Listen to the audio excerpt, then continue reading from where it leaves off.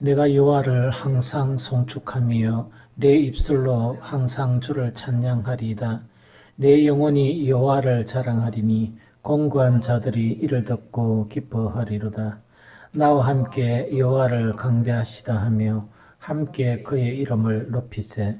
내가 여호와께 간구하매 내게 응답하시고 내 모든 두려움에서 나를 건지셨도다. 그들이 주를 앙망하고 강체를 내었으니 그들의 얼굴은 부끄럽지 아니하리로다. 이 공고한 자가 부르짖음에 여호와께서 들으시고 그의 모든 환난에서 구원하셨도다. 여호와의 천사가 주를 경외하는 자를 둘러 진치고 그들을 건지시는도다. 너희는 여호와의 선하심을 맛보아 알지어다. 그에게 피하는 자는 복이 있도다. 너희 성도들아 여호와를 경외하라. 그를 경외하는 자에게는 부족함이 없도다. 젊은 사자는 궁핍하여 줄일지라도 여호와를 찾는 자는 모든 좋은 곳에 부족함이 없으리로다. 너희 자녀들아 와서 내 말을 들으라.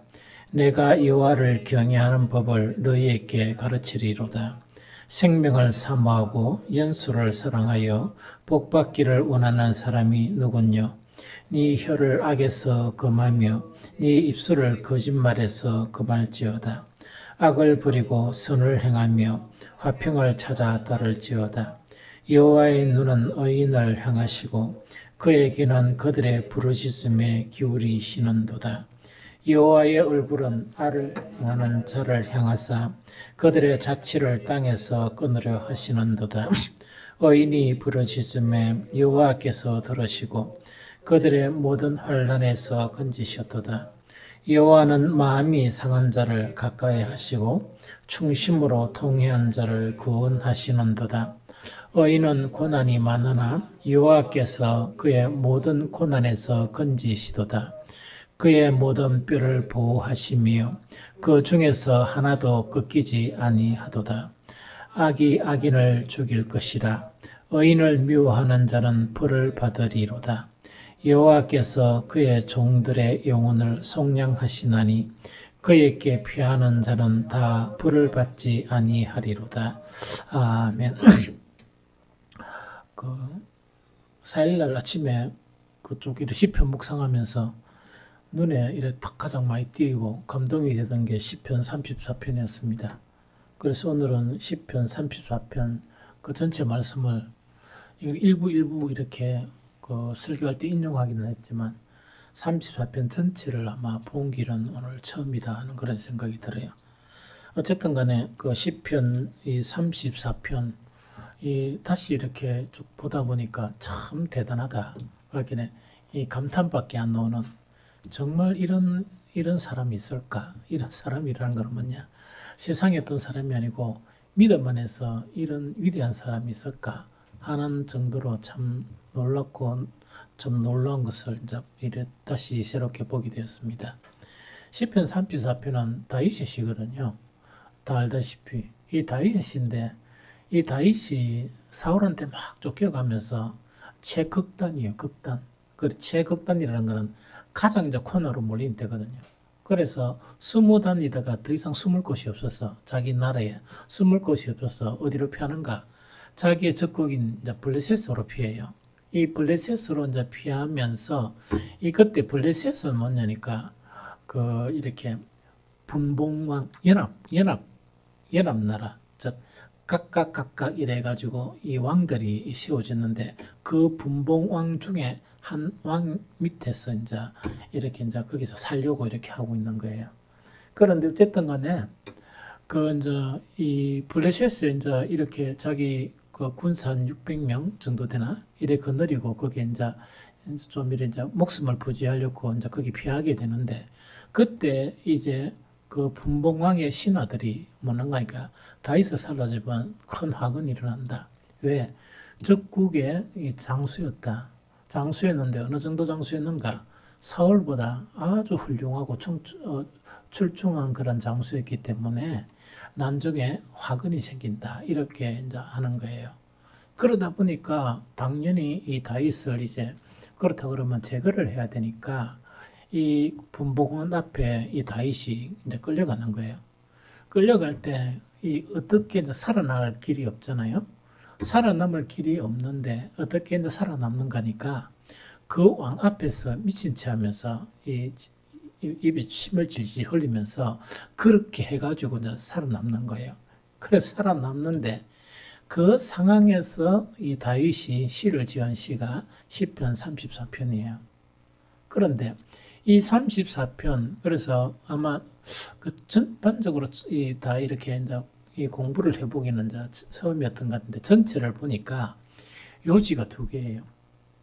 이 다윗이 이 딱 두 가지를 이야기하는 거예요. 한 가지는 뭔가니까 하나님을 찬양하는 거.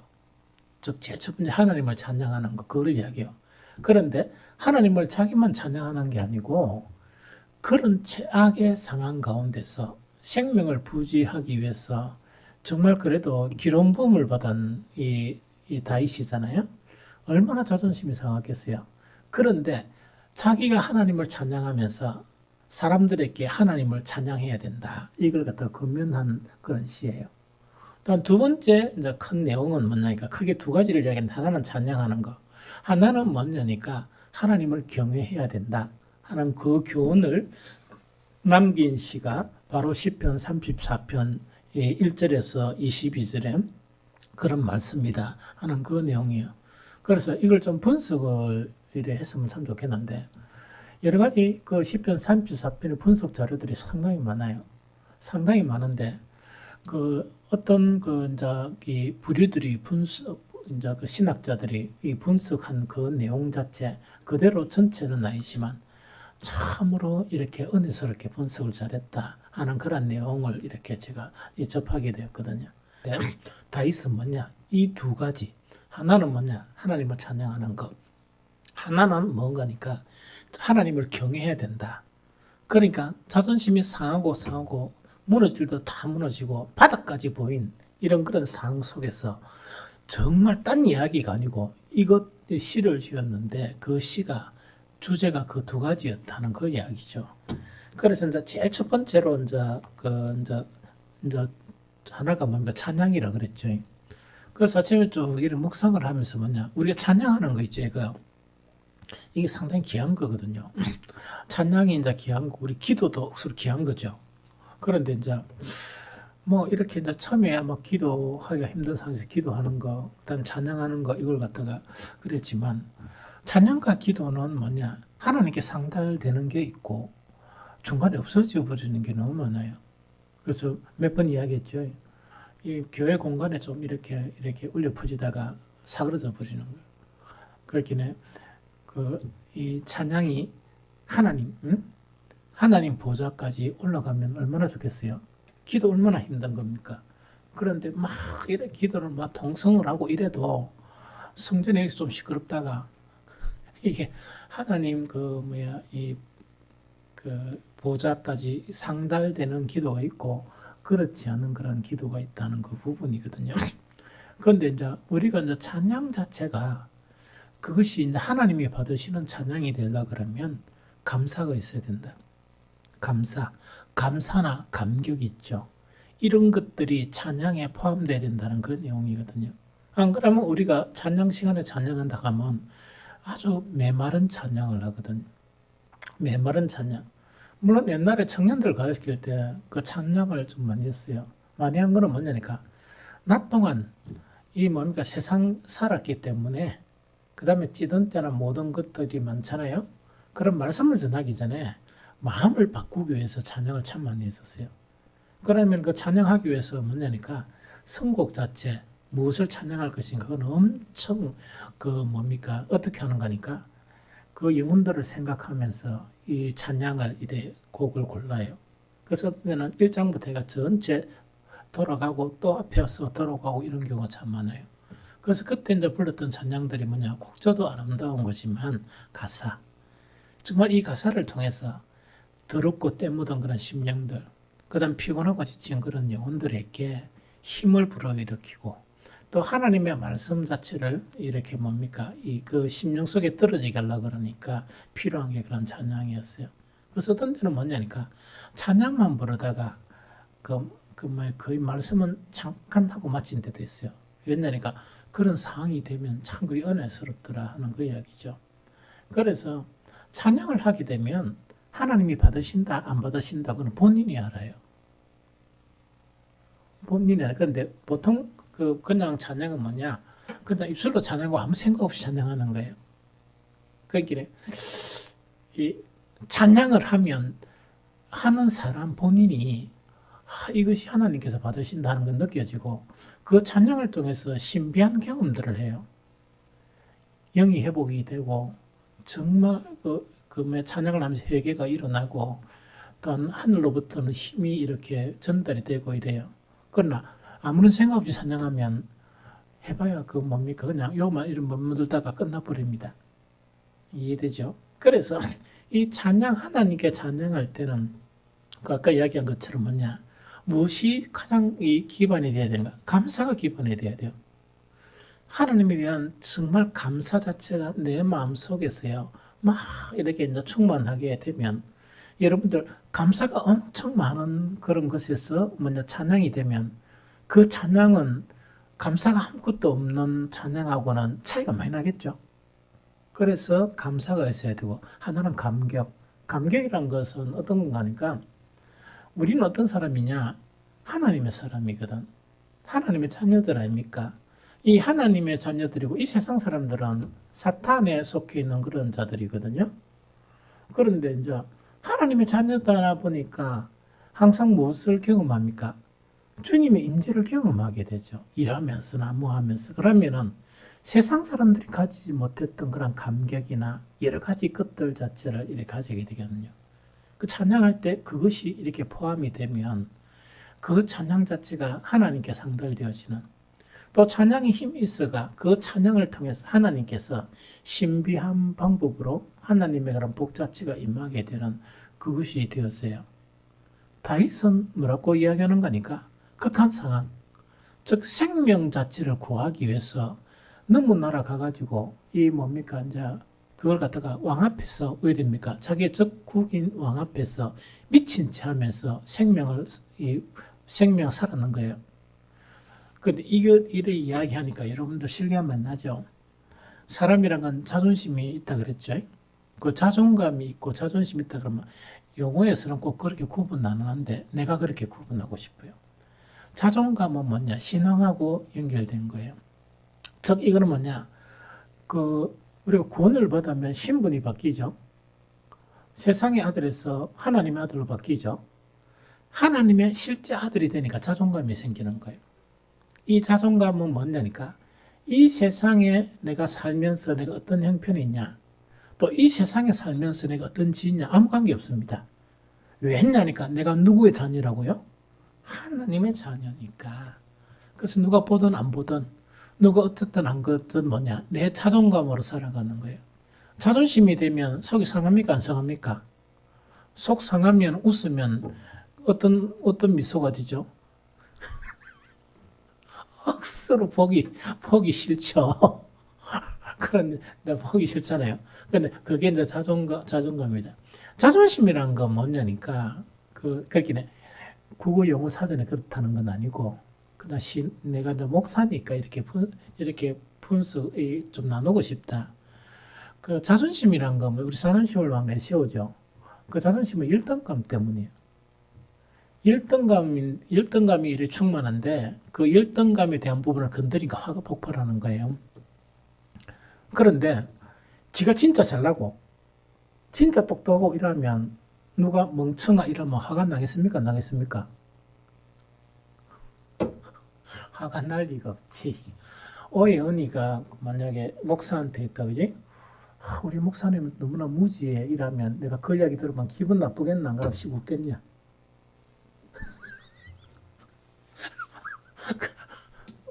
기분 나쁘겠나? 씩 웃겠냐?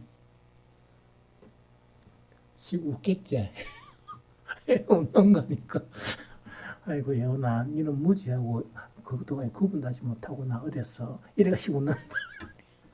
그래 지가 진짜 잘났으면은 뭐 그런 이야기 들어도 별 관계 없죠. 잘났으니까. 그게 단지 그 사람은 그 내 잘난 거를 예언이는 어려서 모른다는 이야기라. 몰라서 그런 거를 갖다가 그 예언이하고 싸우면 내가 예언이 수준이 되잖아. 그래서 원래는 이제 자존심을 내세우고 화를 내는 거는 뭐냐? 사실 안 그런데.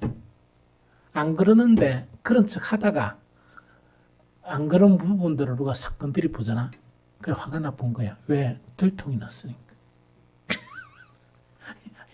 무슨 말 알겠습니까? 그래서 자존심이란 거 뭐냐? 열등감이에요.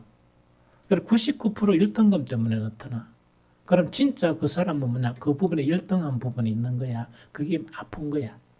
그걸 다 가렸는데 거기 끌고 부수니까 얼마나 성질나겠어. 그렇죠? 그래 진짜 잘난 사람은 뭐 그래 성질 많이 난다 안 난다? 별로 날 것도 없어요. 무슨 말? 왜냐 이게 뭐 알아주든 안 알아주든 잘났으니까. 이해가 되나? 그러면 돼. 그래 별로 그 신경 안 쓰이고 그렇단 말이야. 그래서 어쨌든 간에 그거는 더 이야기하는데 하나님께 그런 찬양하는 데는 가장 중요한 요소가 감사와 그런 뭡니까? 하나님과의 그런 관계에서 형성되는 감격이나 이런 것들 있죠. 그것이 찬양과 함께 나타나게 될 때 정말 무엇을 느끼는가 하니까 이 찬양을 하나님께 받으신다. 이 하나님께서 이 찬양을 받으신다 하는 것 자체를 느끼게 되고 그 찬양을 통해서 또 신비한 하나님의 은총들이나 은혜들을 느끼게 돼요. 그래서 이런 거를 좀 경험해야 돼. 이런 것을 경험해야 삭막한 그리스도인에게서 벗어나요. 아주 삭막한 거 있죠. 그 벗어나. 이 무슨 말 하겠습니까? 이 또 이런 설교가 길어지겠다, 그죠? 어쨌든 간에 찬양과 감사합니다. 그런데 이제 요 찬양과 감사에 대한 부분을 분석을 탁탁 할게요. 제일 첫 번째로 시편에 딱 보면 다윗이 미친 채 해가지고 쫓겨났죠? 얼마나 마음이 힘들겠습니까? 안 힘든 거야. 왜냐니까 자기는 존귀한 거야. 미친 채하고 사람들이 비웃어도 존귀한 사람이라. 그러다 보니까 뭐냐? 찬양을 다짐하는 거예요. 찬양을 다짐하는 게 시편 34편 1절 2절입니다. 다시 읽습니다. 다시 안 읽습니다. 시작. 내가 여호와를 항상 송축하며 내 입술로 항상 주를 찬양하리이다. 내 영혼이 여호와를 자랑하리니 공고한 자들이 이를 듣고 기뻐하리로다 하는 이야기다. 그죠? 그러면 그 상이 딱 되고 난 다음에 마음이 전혀 괜찮다면 좀 이상하겠죠? 그렇게 마음이 전혀 괜찮은 것이 아니다 보니까 뭐냐? 내 입술로 항상 주를 뭐라? 찬송하리이다. 정말 그리고 내 영혼이 누구를 자랑한다? 여호와를 자랑하리니. 그래서 이게 이제 다짐을 하는 거예요. 그런데 이 다짐이 왜 중요한가 하니까 이게 중요해요. 나는 한 번씩 이렇게 기도를 또 하다가 또 보면 감성 있죠, 감성. 이 표현되는 감성이 좀 무딘가 봐. 이 표현되는 감성이. 그러면은 어떻게 무딘가 하니까 어떤 일이 딱 있어가 사람들이 뭡니까? 막 화가 나고 막 일하죠. 화가 나고 일하면 나는 좀 말리는 편이라. 처음에 아따마 참자마 그까와 이러고 참어요. 그런데 한 2, 3일 지나면 내가 화가 나는 거예요. 딴 사람들은 내가 말겠으니까 다 잠잠합니까? 안 잠잠합니까? 잠잠한데 한 3일 지나면 내가 화가 나는 거야.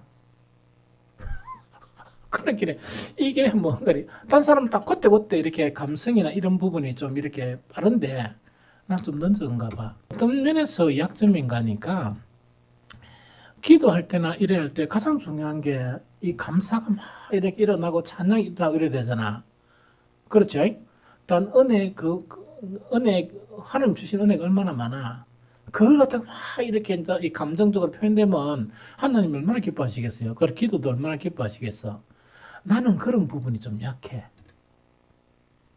그렇긴 해. 이제 좀 약해. 그래서 이걸 어떻게 하면 고치겠나 이래 했는데 그게 뭐냐 다윗의 이런 부분입니다. 나는 뭐라고 내 입술로 항상 주를 찬양이래다. 다짐을 하는 거야. 왜? 내가 감성 부분이 좀 약하다 보니까 이걸 갖다가 내가 또 다짐하고 또 생각하고 다짐하고 이렇게 하다 보니까 내 이렇게 약점 자체가 이렇게 좀 커버가 되면서 그렇길래 그 가장 힘든 게 처음 기도하자 한 5분 그 사이가 좀 힘든 거예요. 왜냐니까 감성 자체가 좀 풍부하지 못하니까. 그런데 그 부분을 극복을 할 수 있었어요. 이 무슨 말인지 알겠죠? 그러면 오해되는 거니까 전체적인 그런 기도나 말씀 묵상 자체가 풍성하겠습니까? 안 풍성하겠습니까? 풍성하게 되지. 그래서 다윗은 뭐냐? 도저히 찬양할 상황이 안 된 그 상황 속에서도 왜 승리할 수 있느냐? 다짐을 하는 거라. 이 속 자체는, 마음 자체는 여러 가지 뭡니까? 이 미친 채 하다가 하는 그게 남아있겠지. 남아있다 보니까 다짐을 하면서 뭐냐? 내 입술로 항상 주를 찬양하겠다. 나는 여호와를 자랑하겠다. 나는 창피를 억수로 당했지만은 나는 누구를 자랑한다? 하나님을 자랑하겠다. 이렇게 이야기합니다. 그래 하고 난 다음에 바로 시편 34편 4절 있죠. 4절은 뭐냐니까 많은 사람들에게 찬양을 권유해요. 권면을 하는 거예요. 시편 34편 3절 읽어봅니다. 시작. 나와 함께 여호와를 광대하시다 하며 함께 그의 이름을 높이세. 이것도 창피를 당하고 미친 채 하고 난 다음에 자기가 하나님을 찬양하리라 이렇게 다짐을 하고 많은 사람에게 뭐냐? 우리는 뭐를 해야 된다? 하나님의 이름을 높이고 또한 하나님을 찬양해야 된다. 이게 여호와를 강대하시다 이렇게 하는 것이 찬양하는 거다, 그죠? 그래서 이걸 해야 된다. 권유까지 이렇게 해요. 참 대단한 사람이죠. 그러면서 이 세 번째가 뭐냐? 이 다윗 자체는 찬양과 감사의 이유를 설명을 해요. 그게 시편 43편 4절에서 7절입니다. 한번 읽어봅니다. 4절에 7절 시작. 내가 여호와께 간구하매 내게 응답하시고 내 모든 두려움에서 나를 건지셨도다. 그들이 주를 앙망하고 강치를 이었으니 그들의 얼굴은 부끄럽지 아니하리로다. 이 공고한 자가 부르짖음에 여호와께서 들으시고 그의 모든 환난에서 구원하셨도다.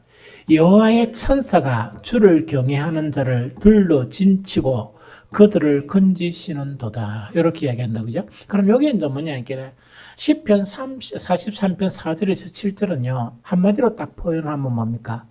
기도 응답이에요. 기도 응답의 경험이에요. 그래서 기도 응답의 경험인데, 다윗은 이때 직업이 뭐였습니까? 전쟁 치는 그 군인이었다, 그죠? 오늘날로 말하면 군인이었죠. 그러면 전쟁 치는 군인으로서 그때 순간순간 이 기도하면서 기도 응답받은 그 내용들이 있죠. 그 내용들이 뭐냐? 정말 내가 이렇게 최악의 상황 가운데 놓인 이런 상황 가운데서도 하나님을 찬양하지 않을 수 없다 하는 그 이야기입니다. 이 무슨 말인지 알겠습니까? 그거를 이야기하거든요. 이걸 가만히 생각하면요. 지금 우리 여기에 우리 수요 예배를 해봐야 많이 오면 15, 작게 오면 10명 이래가 그 사이에 오거든요. 그 사이 또 오는데 수요 예배, 금요 예배 이거 있죠. 금요 기도에 있다 아닙니까? 이거는 어떤 의미에서 보면 우리한테는 아주 중요한 기회들이에요. 기회들. 이게 뭔가 하기는 원래 그 목적 자체가 기도하는 거죠. 이 기도하는 거잖아요. 그런데 이제 문제가 뭐냐니까 다윗 같은 경우에는 그 숱한 그런 전쟁터에서 뭐를 했다고요? 기도를 하다 보니까 천사가 딱 보호해 주는 것도 경험하고 그 다음에 이 죽을 그런 상황 가운데 죽지 않을 것도 경험하고 사울한테 쫓길 때는 뭡니까? 반드시 죽어야 되는데 안 죽는 그런 경험도 그게 참 응답이다 받는 그 응답이 모이다 보니까 그 자체가 하나님과의 관계에서 그게 형성된 그런 믿음이 되겠죠. 그러다 보니까 어떻게 하는 거니까 극한 상황 속에서 뭐냐? 저건 다윗의 그런 속이 안 들어가 봐는 잘 모르겠지만 극한 상황 속에서 시편 남긴 것 자체가 그렇게 모든 자존감이 무너질 수밖에 없는 그런 상황. 그런 상황 속에서 딱 두 가지를 이야기하거든요. 하나는 뭘 이야기합니까? 하나님을 찬양해야 된다. 하나님을 찬양해야 된다 하는 그 다짐이고 사람들에게 뭐냐? 아니, 자기가 영광스러운 그런 모양이 됐을 때는 뭡니까? 하나님을 찬양해야 된다 하면 어필이 됩니까? 안 됩니까? 어필이 되죠? 완전 미친 채 하고 난 다음에 600명의 그런 부하 앞에서 하나님을 찬양해야 된다 이러면 저 양반 조금 이래 좀 뭐 그런 생각도 하겠죠. 그런데 이 다윗은 왜 이런 신앙이 됐나 하니까 순간순간 기도하면서 그 놀라운 응답들이 쌓인 거예요. 그러면 우리에게도 이런 영적인 전쟁 속에서 수요 기도에 참여하고 금요 기도에 참여하는 거 있죠. 이거는 대단한 우리에게 주어진 기회야. 그런데 대단한 기회가 신앙으로 우리에게 형성되려 그러면, 다윗처럼 형성되려 그러면 뭐가 되겠습니까? 응답받는 기도가 되어야 됩니다. 우리의 기도를 통해서 문제가 해결되고 또 우리의 기도를 통해서 응답받는 것이 우리 속에 쌓여야 되고 이런 것이 참 필요하다는 이야기죠. 다니엘 기도에도 좋죠. 이 수요일날 다니엘 기도는 해야 되나 말아야 되나 그렇게 몇 년 전까지 이야기 넣었죠. 다니엘 기도는 놀라운 기도회예요. 놀라운 기도회인데 그런 놀라운 기회란 말이야. 그런데 이 놀라운 기회에 아무런 응답도 안 나타났다. 그러면 몸만 피곤한 기도회가 되겠죠? 그래서 우리에게 필요한 건 뭐냐? 그 놀라운 기회에서 이 신앙이란 기회를 잡아야 돼요. 기회를 잡아야 돼요. 자, 어떤 사람들은 수요 기도회나 금요 기도회에 나오고 싶지만 여러 가지 여건 때문에 못 오는 사람도 있죠. 그러면 그런 상황 가운데서 참여하게 됐다는 것은 뭐겠습니까? 복의 기회가 주어졌단 말입니까? 안 주어졌단 말입니까? 주어졌지만은 하나님께서 복의 기회를 줬는데 그 진짜 복되려고 그러면 그걸 받아 먹어야 되는데 그걸 뭐 하나도 못 받아 먹는다. 이라면은 그거는 좋은 거겠습니까? 안 좋은 거겠습니까? 안 좋은 거겠죠. 그래서 우리에게 뭐냐니까 우리에게 그 예배할 기회를 하나님이 주시고 기도할 기회를 하나님이 주셨으면 그 기회를 사야 돼요. 뭐로 사야 됩니까? 내 기도를 통해서 성도들을 살려야 되고 내 기도를 통해서 우리 자녀들을 살려야 되고 내 기도를 통해서 정말 기도 응답을 경험해야 내가 하나님과의 관계가 그 믿음이 형성이 되죠. 그런데 의문이나 형식으로 빠진다는 건 뭐냐? 기도에 계속하고 뭐 다 하는데 아무런 그런 열매들이 없는 거야. 아무런 그런 뭡니까? 그것이 없으면 그게 이제 매너리즘에 빠지는 거야. 이게 무슨 말이죠? 그거는 가장 나쁜 상황이에요. 이해됩니까? 그래서 여러분들은 아마 생각하기에 수요 기도회나 금요 기도회를 빠질 수 없는 상황이야. 빠지려고 해도 애매해요. 우리 오해언이나 뭐 시험 이래가 빠질까 잘 모르겠지만 목사님 외국 갑니다 이러면 빠질 수 있지만 다른 사람들은 뭐 그런 뻔하게 다 보이는데 뭐 그런 거 카드 내세울 것도 아무것도 없고 그런데 문제는 뭐냐? 아까 찬양을 해도 하나님이 이렇게 받으시는 찬양을 해야 되는데 이게 찬양 자고 했던 건 시간이 중요한 게 찬양을 했는데도 여기 좀 맴돌다가 좀 극단적인 편에 좀 시끄럽게 하다가 하나님이 안 받으시는 거예요. 그리고 그 찬양하는 자체도 뭔가 찬양은 하나님께 찬양을 드리는 거죠. 근데 찬양하는 사람이 이래서 한다고 하면 좀 이상하겠지. 하나님 안 들으셔도 돼요. 아니 오늘날 그런 사람들이 되게 많을 것 같다 하는 생각이 들어. 나는 찬양은 드리지만 하나님 들으시도 안 들으셔도 되고요. 뭐 이 시간 찬양하는 시간이니까 찬양하고 단지 내가 원하는 거는 내 감정만 좀 좋아졌으면 좋겠어요. 내 기분만 좀 좋아졌으면 좋겠어요. 어떤 사람은 그것도 필요 없습니다. 그냥 시간이니까 합니다. 가장 비참한 거겠죠. 그건 기회를 못 사는 거예요. 그러니까 하나님께서 많은 기회를 주셨는데도 게으르고 악한 종이 되는 거야. 너무 게으르고 악한 종이 되어서 그 기회를 사지를 못하는 거야. 그럼 왜 되겠습니까? 내한테도 엄청 이렇게 안 좋고 교회는 우리가 이 사람들이 많은 분들입니까? 기도하는 분들이고 내 기도 노트에 제일 첫 번째 딱 있는 분들이잖아. 그거는 뭐냐니까 우리 교회의 영적인 모든 부분을 이끌어 나간다는 이야기 아닙니까? 그런데 그러면 그런 능력이 있어야 되고 응답이 있어야 되고 거기 사는 거야. 그래서 수요 그 기도에 그 금요 기도회가 한 52번 정도 있거든요. 52번. 이거는 우리에게 물론 다 52번 다 참석할 수는 없겠지만 여기 있는 분들은 5분의 4를 참석한단 말이야. 그런 기회를 하나님 주신 거야. 이런 어지러운 세상 속에 그런 직분들도 주시고 그런데 그런 거를 이렇게 이 능력 있게 그걸 다 이렇게 가진 사람이 다이시고 성경의 인물들이고 역사 속에서 교회를 이끌어 나가고 그런 사람들이야. 이 무슨 말 좀 알겠죠? 그래서 참 우리에게 필요한 거는 이렇게 찬양을 드리면 하나님께 찬양을 드려서 하나님이 그걸 갖다가 찬양을 받으셔야 돼. 그 기분이 하나님 기분이 좋은 모양이겠습니까? 우리에게 혜택이 엄청 많겠죠.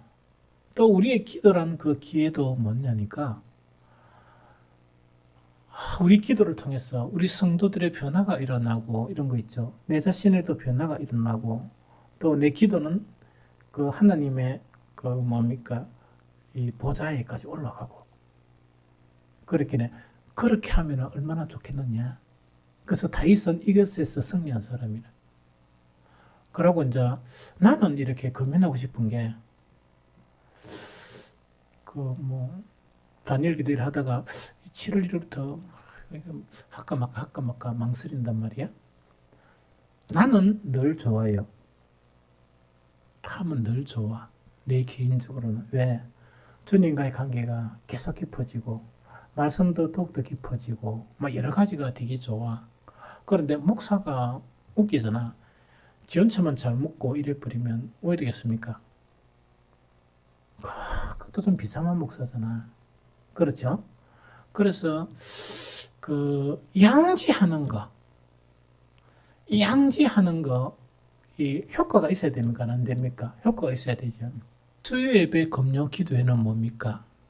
만군의 주 여호와 하나님께서 우리 한 사람 한 사람 인정해 주셔서 참여하는 그런 특권을 주셨어요. 이 특권을 준 거거든요.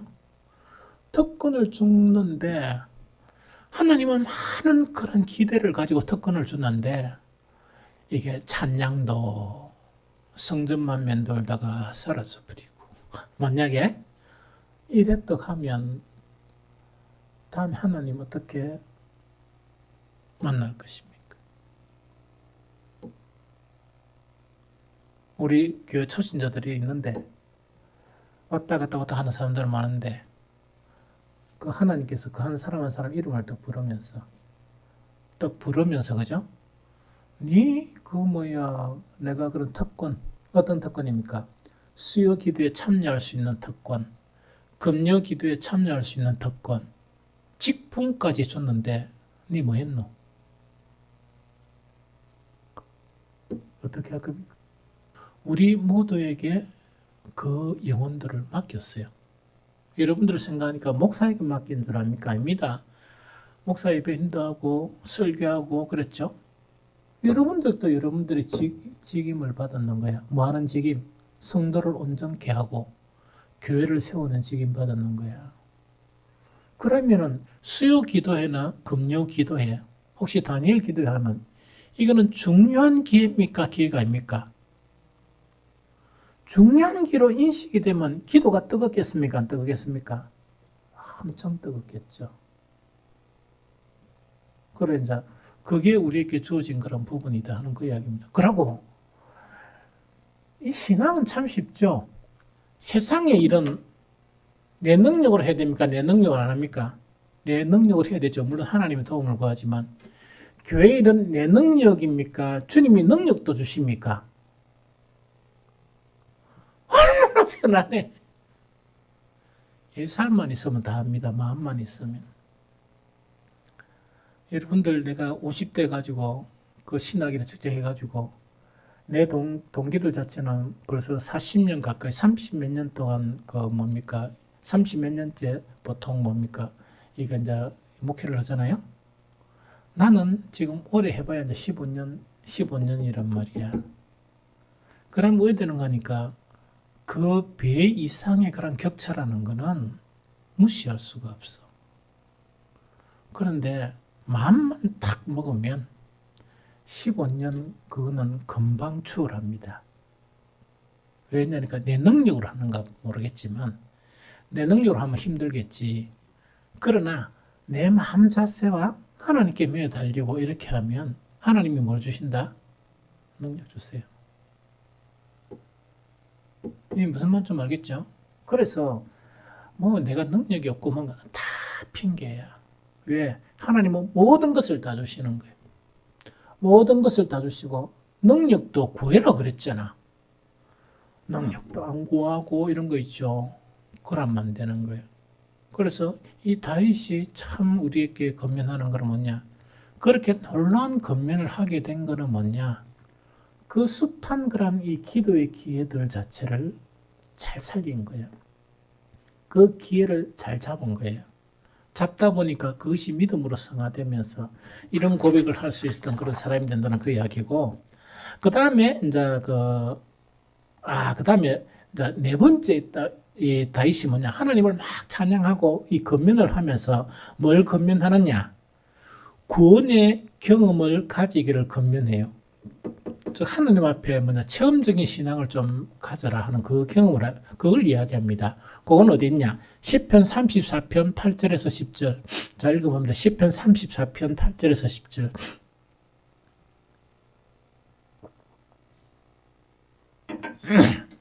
시편 34편 8절에서 10절 같이 읽어봅니다. 시작. 너희는 여호와의 선하심을 맛보아 알지어다. 그에게 피하는 자는 복이 있도다. 너희 성도들아 여호와를 경외하라. 그를 경외하는 자에게 부족함이 없도다. 젊은 사자는 궁핍하여 줄일지라도 여호와를 찾는 자는 모든 좋은 곳에 부족함이 없으리로다. 이거는 뭡니까? 체험적인 신앙을 좀 해라. 네가 하나님을 섬기면서 체험적인 신앙을 해라 하는 그 부분이거든요.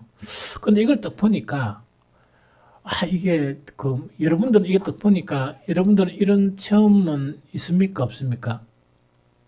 나는 내 인생을 돌아다 보니까 하나님께서 이런 것들을 다 주셨어요. 순간순간. 하나님이 안 주셨으면 어떻게 살았겠어? 다 주시는 거야. 그런데 문제는 뭐냐? 하나님 은혜를 잊어버리는 거는 참 안 되는 거죠. 그 은혜를 생각하고 내가 이때까지 산 것이 하나님 은혜구나. 이걸 인식하는 것이 신앙인데 그 인식 못하면 좀 안 되지. 그래서 이 구원, 하나님의 구원, 순간순간 하나님의 은혜 주시는 거 있죠. 그것에 대한 경험을 가져라 하는 그걸 갖다가 건면을 해요. 그래서 너희는 여호와의 선하심을 맛보아 알지어다. 이거는 뭐냐? 하나님이 우리를 이때까지 다루시는데 나는 그렇게 이 복을 받고 그렇게 누릴 그런 그까지 안 했더라도 선하신 하나님께서 나에게 이루어주신 그것을 이야기해요. 그 선하심을 맛보아 알지어다 하는 그걸 이야기하죠. 또 그에게 피하는 자는 복이 있도다. 저는 이걸 한 번씩 어떻게 생각하는가 하니까 옛날에 막 이렇게 강의 가고 기업체 지도 갈 때 그때 따지고 보니까 택시 운전사 이렇게 운행하는 보다 비슷하거나 오히려 더 많은 거예요. 운전하는 시간이. 그래서 지구를 몇 바퀴 돌았나 하는 그걸 한번 계산해 봤거든. 엄청 많이 돌았네. 지구를 갖다 엄청 많이 돌았더라고. 이거 여러분도 조금만 타면 우리 스거스에서 다 몇 바퀴 돌았을 거야. 계산 안 해봐. 자, 엄청 많이 돌았는 거야. 그런데 내가 가만히 생각해 보니까 뭐냐. 교통사고 있죠. 이게 그렇게 몇 번 사고를 당해도 당할 수 있는 그런 상황인데도 그런 게 없었어요. 그래서 나는 그 보험 연구 있다 아닙니까? 한 번도 그거 하나씩 못했어. 그럼 보험 연구 또 한 번은 그 뭐냐, 내가 가다가 오토바이가 내 앞에 쓰러지는 거야. 그때 또 그냥 막 갚으면 될 긴데, 내가 그래도 교회 다닌다고 탁 내려가지고 다쳤어요. 이렇게 물어봤는 거예요. 뭐 하고 그래 내가 말하는 거니까 보험 들었어요? 내가 왜 그걸 물어? 보험 안 들었다 이러거든. 내가 보험 들었거든. 갑시다 이래 들고 가는 거야. 그런데 보험 처리도 못 해주고 생돈 했는데 요놈이 그러면 좀 잘해줘야 될까 아이가 경찰하고 딱 위에가 해가지고 뭐냐니까 생활비 한 달치 주고 뭐 오토바이도 뭡니까 새 오토바이 비슷하게 해가지고 내가 간 보니까 그때 내가 너무 몰라가지고 막 다니고 한다고 그걸 갖다가 다 물어준 것 같아. 아니 근데 보험을 내가 또 들어가지고 있다니까 그러면 안 되잖아 사실은. 그죠? 누구는 보험회가 그 뭐야 운전도 내 10분의 1밖에 안 하면서 뻗떡하면 애가 보험회가도 타먹고 이러던데 누가 누군지 있죠? 왜 하여튼간에 그렇더라고. 그런데 그게 중요한 게 아니고 그래도 감사한 게 뭐냐, 주님 내가 병원에 안 누워 있어서 너무 감사합니다. 병원에 그때 옛날에 그 사마리가 내 여기 뭐야 이게 뭐 해가지고 띠내고 할 때 뭐 한 일주일 있었는데 내가 살이 더 했어. 3일 만에 퇴원했습니다. 죽겠는 거야. 하루 누워 있는 게 그때도 보험도 안 받는 것 같아. 그런 거 그때 없었던 건 잘 모르겠지만 그래 왜였던 간에 뭐냐니까 하나님께서 이때까지 순간순간 지켜주셨구나. 이 악한 세상 속에서 있다 그죠? 그런 거에 대한 인식 또 그런 거를 경험을 할 줄 알아야 돼요. 그리고 한 가지 중요한 건 뭐냐, 나는 우리 교인들 보면요 다른 교인들은 우리 교회처럼 평균적으로 이렇게 뭐 이런 환경은 아닙니다. 그러니까 우리 교인들은 뭐냐, 그래도 하나님으로부터 복을 많이 누리고 있어. 문제는 뭐냐니까 그런 사람들에게는 뭐가 중요해? 깨달음. 내가 하나님의 보호로 이렇게 살고 있구나 깨달음이 있어야 되는데 그것 없으면 참 이래 힘들거든요. 아니 그렇게 하나님이 만약에 그 많은 숱한 운전하고 하는 상황 속에서 지켜주시는데 내가 베스트 드라이버가 돼가지고 그게 인간입니까? 그게 인간이겠느냐는 이야기지. 그 목사이기 이전에 그 인간입니까? 그러면 하나님께서 실컷 이렇게 잘 대해주고 이런 세상 속에서도 이렇게 잘 대해주는데 깨달음이 안 난 거야. 그러면은 참 힘들겠죠. 그래서 그런 부분에서 다 탈피를 해야 돼. 감사와 찬양과 은혜에 관한 깨달음을 은혜가 깨닫고 고백을 하고 이런 거죠. 그래야 우리의 모든 이 행위가 하늘나라의 상달이 되지. 실컷 잘했는데도 입 싹 닦아버리고 고맙다는 말 한마디도 안 하고 이러면 하나님이 어떻게 생각했어 대체? 그러고 처음 이야기 들어보면 지잘났어 다 했다 해버리고 그 이야기입니다. 그래서 이거는 뭐냐니까 그런 이 체험들에 대한 신앙을 가져야 참 신앙이 된다는 그거 지금 고민하는 거예요. 이 다윗이 고민하는 거는 대단한 왕이죠. 그리고 이 왕 때 이걸 한 게 아니고 이건 뭡니까? 이 군인 때 이걸 하고 최악의 경우에서 이걸 검면하는 사람이 바로 이 다윗이다 하는 그 이야기입니다. 이해가 되죠? 그래서 이거는 이제 검면하는데 읽었습니까? 시편 34편 8절 10절이니까 그 집어서 읽어보시고. 그럼 두 번째는 뭔가니까 여호와를 경외하라는 그 교훈을 주는 거예요. 그 상황 속에서 가장 최악의 상황 속에서 여호와를 경외하라고 두려워하라고 이렇게 뭡니까 교훈을 주는 거예요. 첫 번째 한번 뭡니까? 시편 34편 11절 12절 읽어봅니다.